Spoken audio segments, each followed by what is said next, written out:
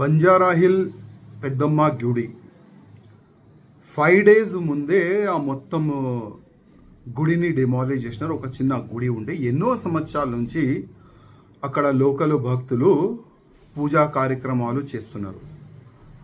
మన బోనాలు ఉత్సవం కూడా చాలా వైభవంగా అక్కడ చేసుకున్నారు. ఎన్నో సంవత్సరాల నుంచి ఇబ్బంది రాని ఇప్పుడు ఆ ఎంఆర్ఓకి ఎందుకు ఇబ్బంది వచ్చింది? ఎందుకు ఆ గుడిని డిమాలిష్ చేసినారు? డిమాలిష్ చేసే ముందు ఆ లోకల్ భక్తులు కానీ ఏదో ఒక సమాజం వాళ్ళు అక్కడ పూజా కార్యక్రమం చేస్తున్నారు కదా, వాళ్ళకి ఎందుకు నోటీస్ ఇవ్వలేదు? ఎవరైనా గవర్నమెంట్ ల్యాండ్లో ఎంకరేజ్మెంట్ చేసుకుంటే డిమాలిష్ ముందే ఒక నోటీస్ ఇస్తారు.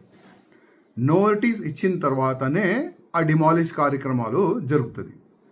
కానీ గుడి విషయం కానీ, మసీద్ ఇష్యూ కానీ, చర్చ్ ఇష్యూ కానీ అట్లాంటి ఇష్యూస్లో డైరెక్ట్ యాక్షన్ ఎప్పుడు కూడా జరగదు. ఇవాళ నేను మా ముఖ్యమంత్రి రేవంత్ రెడ్డి గారికి అడుగుతున్నా, ఎన్నో నేతలకి అక్కడ పోనీస్తాను, కానీ నాకెందుకు ఆపుతున్నారు?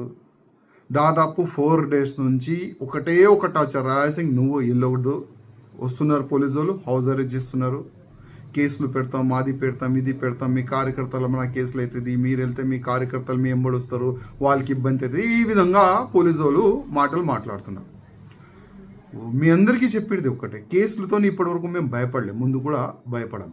కానీ మా ఒక్క నివేదిక వచ్చి ఇష్యూ చేయాలే మా ఉద్దేశం లేదు. ఏ చేతు నుంచి మా గుడిని పలగొట్టినారో అదే చేతు నుంచి గుడి కట్టిస్తే చాలా బాగుంటుంది.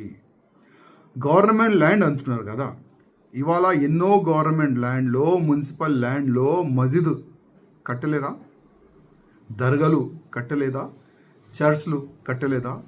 డిమాలిష్ చేసే అంత దమ్ము గవర్నమెంట్కి ఉన్నదా? ఇవాళ నేను అడుగుతున్నాను.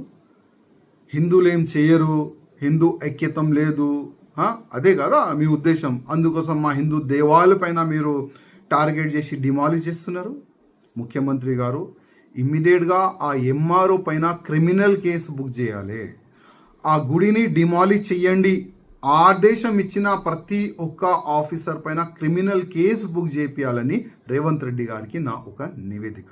అదేవిధంగా గవర్నమెంట్ ల్యాండ్ కదా, ఎవరు అయ్యా ల్యాండ్ కాదు, పబ్లిక్ ల్యాండ్ అది. అదే ల్యాండ్లో ఒక 1000 గజాలు ల్యాండ్ భవ్యమైన గుడి కట్టడానికి రేవంత్ రెడ్డి గారు మీరు ఇవ్వాలని ఇవాళ హిందూ సమాజం కోరుకుతుంది, మేము కూడా కోరుకుంటున్నాం. ఆ పని చేస్తే మీ గవర్నమెంట్కి మంచి పేరు వస్తుంది. ఇప్పుడు ఒక ఎలిగేషన్ నడుస్తుంది, ఏమని?